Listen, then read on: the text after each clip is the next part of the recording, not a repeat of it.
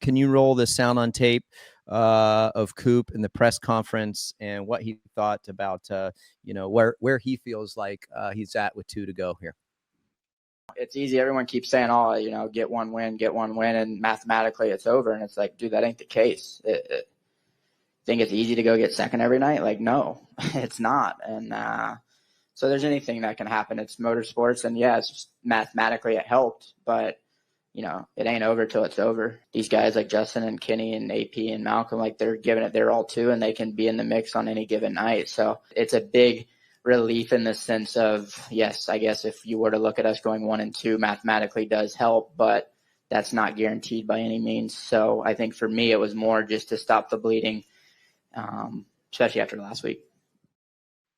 All right. So when he says that, what's your first reaction? I thought that was a great comment. It's not easy to go get second. Everybody's saying that, oh, he can just ride around now. Well, look at what happened at Denver with Tomac. We just talked about it with a buddy of mine. Anything can happen at any time. Both of those guys are going to put in their homework all week, and they're going to show up and they're going to race, and it makes it a little easier for Coop, but it's still not easy at all.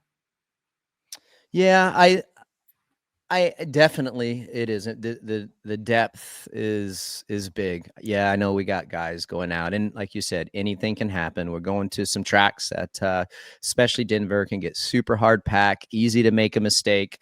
So it'll be interesting to see how that plays out. But I just want to, I do think in a way it takes a little bit of pressure off. Let's face it, Jeff. You know that 12 points is a hell of a lot better than 6 points going into the last 2 rounds. And there you are for those of you who only are listening to the podcast. We got the points up, and Sexton's 12 points back with 2 races to go. They're both tied at 5 wins. Kenny's back there in 3rd place, 54 back. A great battle for 4th in the championship between Justin Cooper and Malcolm Stewart. Justin Cooper got a podium this weekend, so now he's 4th in points. Great ride for him as well, but still I like it because now he can go 3rd, assuming that Chase wins, and he still wins by 2 points if he goes 3rd the next 2 rounds.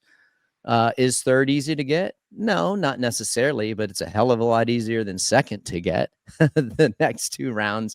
I think, like, putting myself in this position, Jeff, like, I feel like, okay, 2nd, you got to be on your game, but 3rd is like still got to be on your game, but it's much more manageable if something goes wrong early on in the main event. I think it was kind of a disclaimer but also showing respect to his competitors is what I read from the comment. I think he's in a good spot, dude.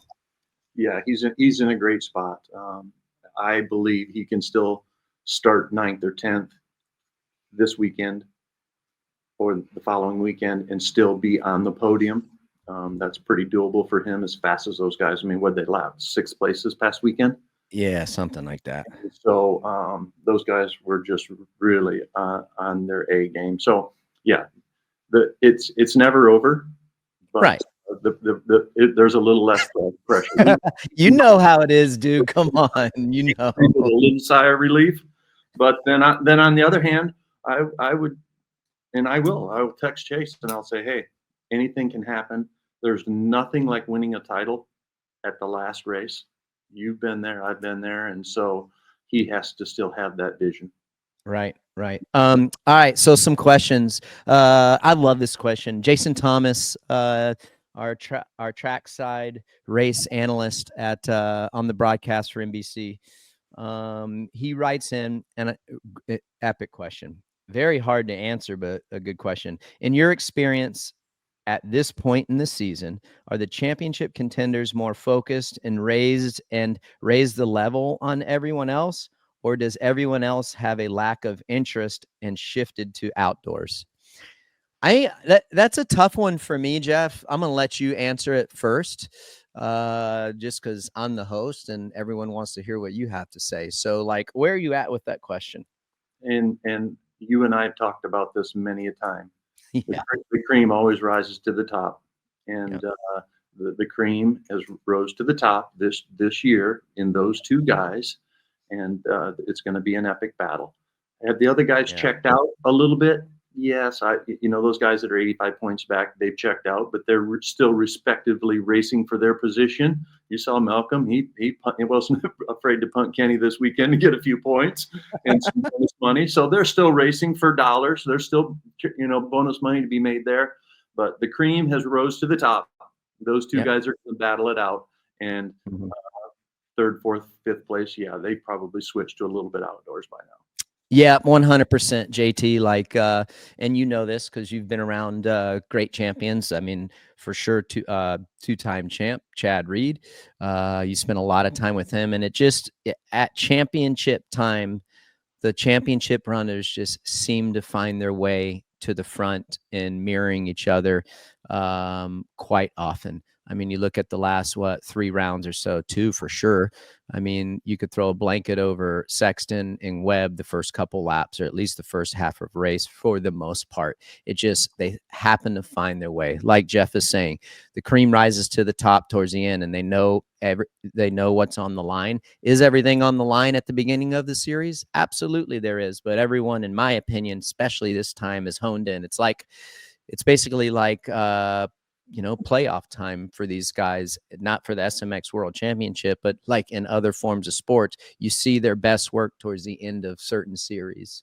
And I think that's a reflection of what you're seeing, certainly from Coop and Chase. I mean, Chase has to win, and Coop has to perform as well. So to what JT is asking, that just automatically puts these guys in a situation to where you have to run up front, right, Jeff? So, and then I do think that some guys have checked out for sure. I think that I know that there's a lot of guys spending some times on the Pro Motocross Championship, prepping for that, testing their motorcycles and teams, trying to get ready and get a jump on everyone else.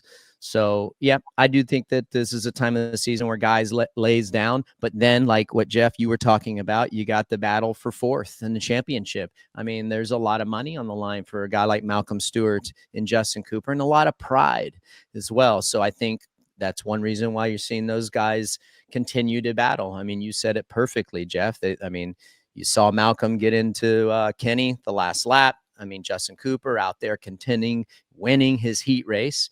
So that you couldn't have said it any better, brother. People rise to the top, but I do think there is a certain percentage of the guys that have checked out for the Supercross series. Hi folks, Lee Diffie from NBC Sports here. If you truly enjoyed what you just watched, you can get more news, interviews, and highlights by subscribing to the Motorsports on NBC YouTube page. You can get it all, so go for it.